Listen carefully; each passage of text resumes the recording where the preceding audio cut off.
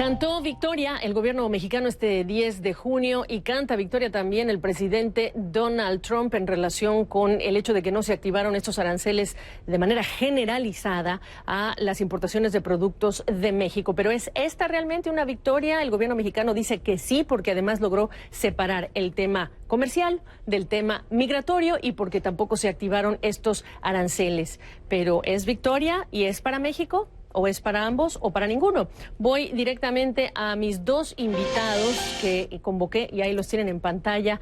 De mi lado derecho está Luis Fonserrada, economista jefe de lo que es la American Chamber of Commerce. Estás en Mérida en esta ocasión y en el lado izquierdo de su pantalla también me acompaña Juan Carlos Narváez Gutiérrez. Él es investigador e integrante del Seminario Universitario de Estudios sobre Desplazamiento Interno, Migración, Exilio y Repatriación, todo esto de la UNAM. Caballeros, gracias por acompañarme. Ustedes son los expertos y hicimos esta convocatoria igual como la hizo el presidente, mezclando el tema migratorio con el tema comercial. Empiezo por el tema migratorio, profesor Narváez. La valoración que hace del resultado de este acuerdo, ¿cuál es? Hola Gaby, ¿qué tal? Pues muchas gracias por la invitación. Mira, te cuento que nosotros en el seminario llevamos un proyecto que estamos haciendo un seguimiento a lo que ha sucedido desde el 2018 con las caravanas.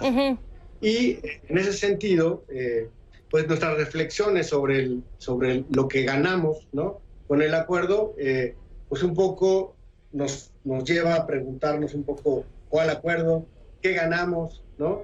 ¿No está claro? No está claro. Creo que para empezar se hizo un acuerdo donde empezamos por A para llegar a Z, donde son dos conjuntos que aparentemente no tenía nada que ver, ¿no? Creo que desde ahí es donde podemos comenzar a cuestionar las ganancias, ¿no? La ganancia que ve el gobierno mexicano sobre este acuerdo y la ganancia que tiene el gobierno de Donald Trump, ¿no? Creo que estamos hablando de un desequilibrio total. Para México creo que son más bien pérdidas.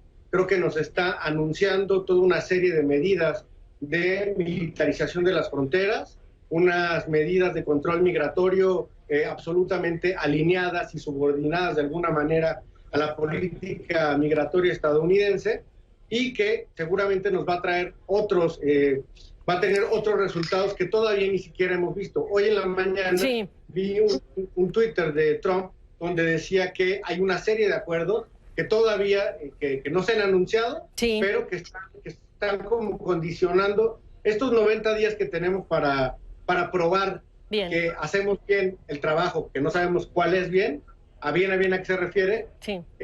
Todavía hay otras medidas atrás. Voy con Luis Fonserrada. Luis, ¿cómo estás? Tu primera valoración de lo que es digamos, desactivar la bomba de los aranceles generalizados de nuestro principal socio comercial, con quien tenemos un NAFTA operativo y con quien tendremos un USMCA cuando se ratifique. Sí, con gusto, Gaby. Pues mira, la amenaza del presidente Trump de incrementar con 5% o poner un 5% de aranceles a los productos mexicanos, a mí me parece que era una amenaza, se puede ver de distintos puntos de vista. Creo que sin duda es un elemento electoral. El presidente Trump es genial para hacer este tipo de cosas. Él lanza su candidatura dentro de 8 días, el día 18, y me parece que esto hay que verlo en ese contexto. Número 2, ¿qué sucedería si efectivamente se hubiera puesto este arancel, Gaby?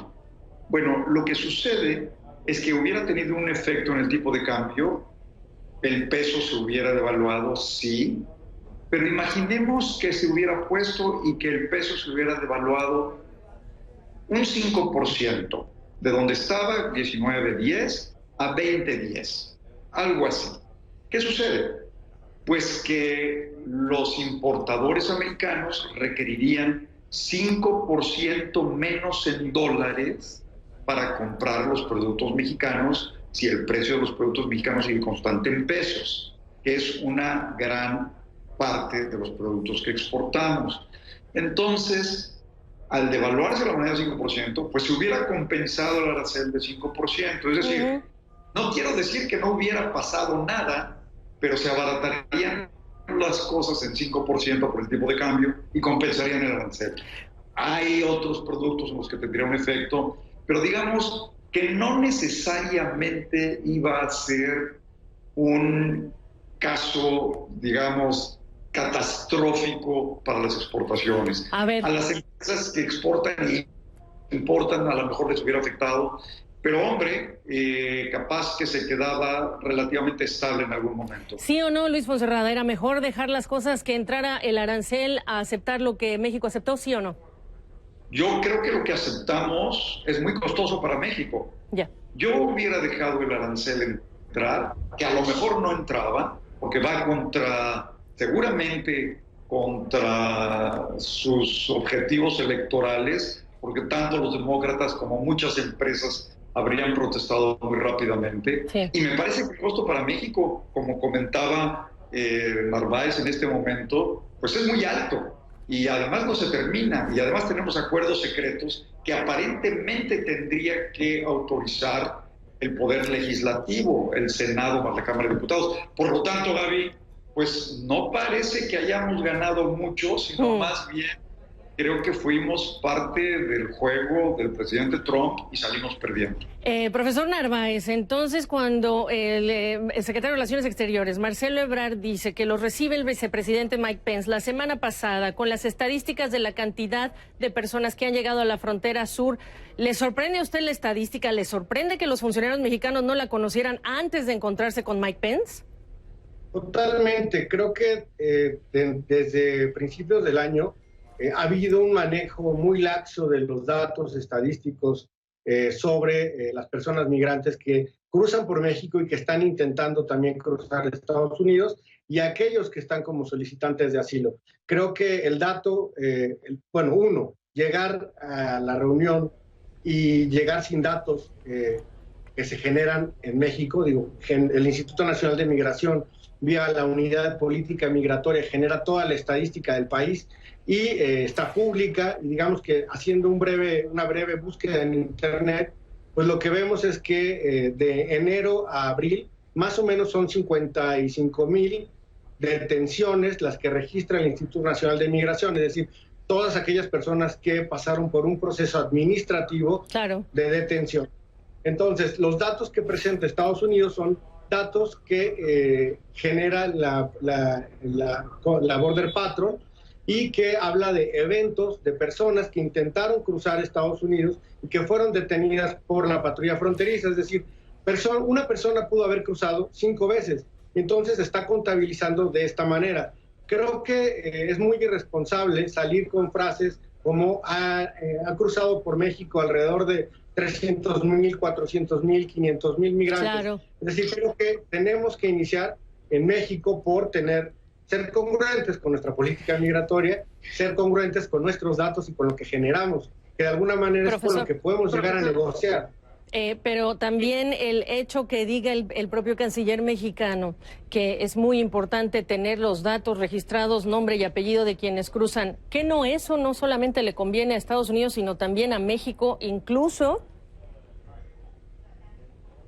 Mira, creo que esta política de México está alineada al Pacto Mundial, donde digamos que el argumento es una migración segura, ordenada y regular. En ese sentido, nuestra frontera sur tiene muchas deudas, es decir, no hay infraestructura. Quienes vamos a frontera sur a hacer trabajo de campo y las organizaciones de la sociedad civil que están instaladas en la frontera sur lo saben que tenemos una frontera que no solamente es porosa, es totalmente abierta. Hay flujos de mercancías, de personas, de 1000 tipos de entes, ¿no?, que cruzan por esa frontera y que no son registrados y que no son contabilizados. Sí, es necesario contabilizar y registrar a las personas, pero digamos que bajo esta estrategia de Guardia Nacional creo que es un poco excesivo. Es decir, registrar a punta de pistola es una medida bastante violenta. Entiendo. Y que atenta por los derechos humanos de todas las personas migrantes.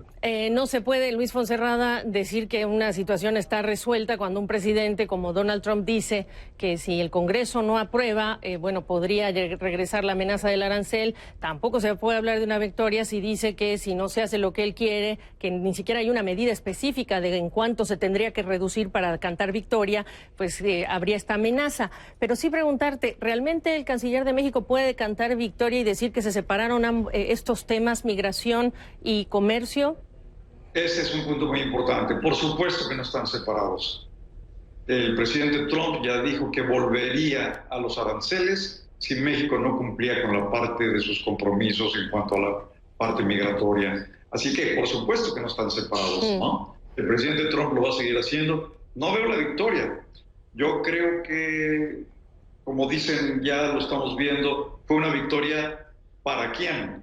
Entiendo. Yo creo que el presidente Trump muy hábilmente puso algo sobre la mesa, salió con lo que requería y México está pues pagando los acuerdos muy desfavorables. Entiendo. Sí, por supuesto, en la misma mesa los dos temas. Lo más breve que puedan de ser posible, la celebración del sábado en Tijuana del presidente y quienes pudieron viajar con él, políticos de su partido o no, en nombre de la dignidad de México, porque se logró este acuerdo. ¿Qué representa para Luis Fonserrada? Mira, creo que hay muchas otras formas de gastar dinero cuando hay tantas carencias en México que ir a festejar algo que no se puede festejar. Me parece que fue un teatro innecesario y costoso. Profesor Narváez. Pues mira, un poco siguiendo la propia narrativa de que se emuló, creo que fue una celebración contra la dignidad de México, ¿no? Lo que se dejó ver fue una subordinación de la política migratoria ante la coerción de Donald Trump y utilizando como moneda de cambio a personas migrantes. Señores expertos, gracias por la oportunidad de hablar con ustedes en conjunto. Gracias a ti, Gaby.